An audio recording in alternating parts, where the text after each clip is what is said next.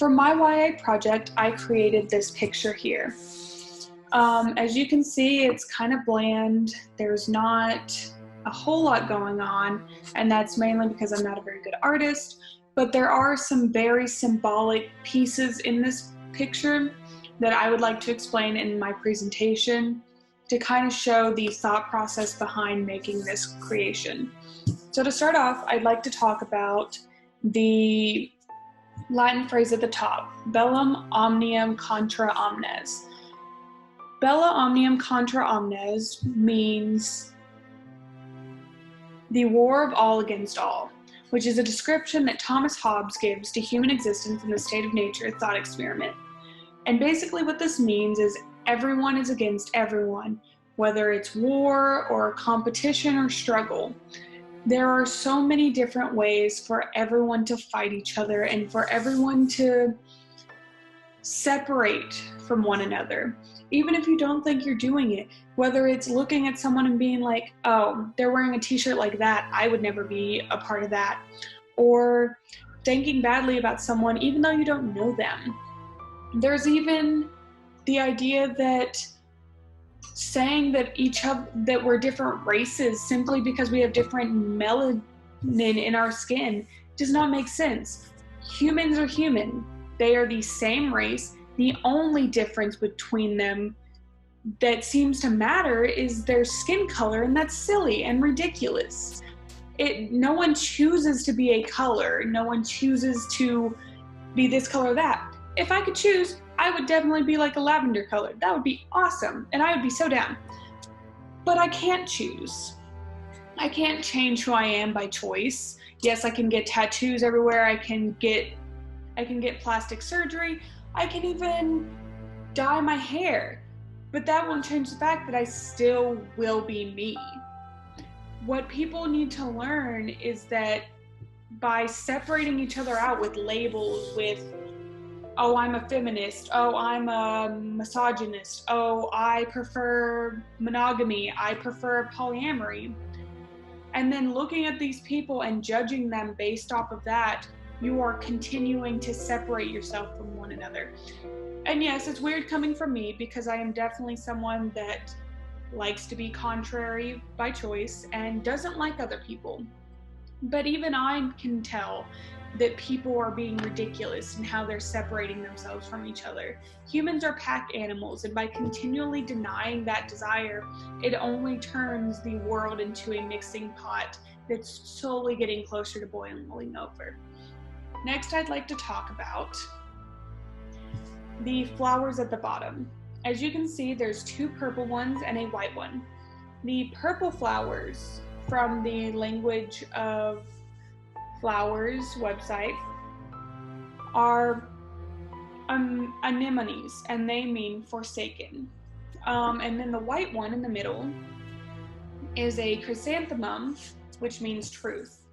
And I wanted to put these three in because I wanted to symbolize the idea of truth and feeling like you've been forgotten by everyone else, and feeling like this truth is not something that helps you, or maybe it does, but it's such a painful thing. Like, yes, sometimes we go through horrible things, and sometimes we have to learn from those things, and that truth that you learn doesn't make you happy, doesn't make you feel better about not being ignorant, but you have to learn it. You have to change your ways.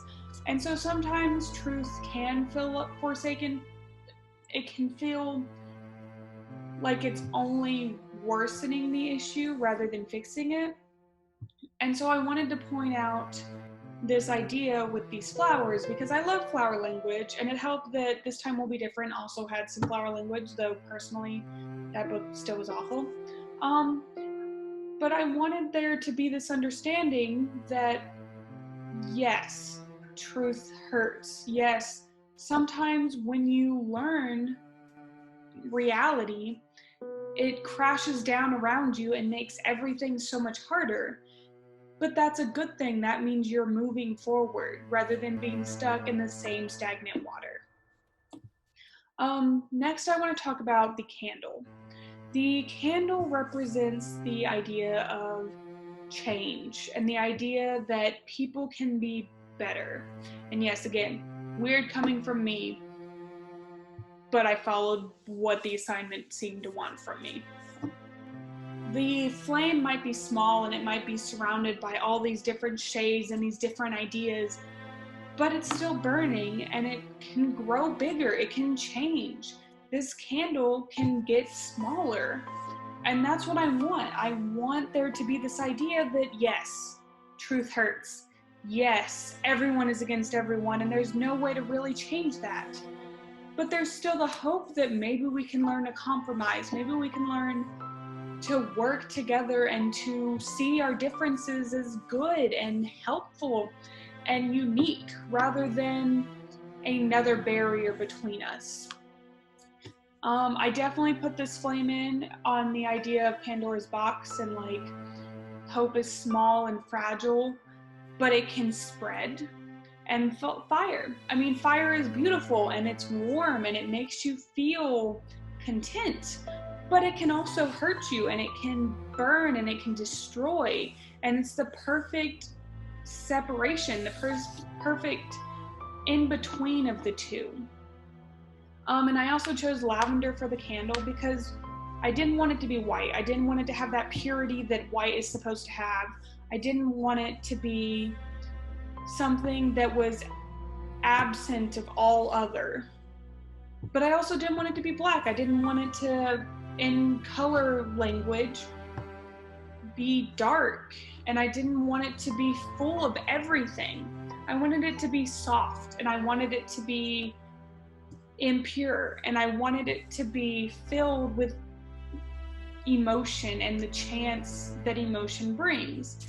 Yes, emotions hurt. Yes, emotions kind of suck. But they get us through the day and they get us somewhere new and somewhere special.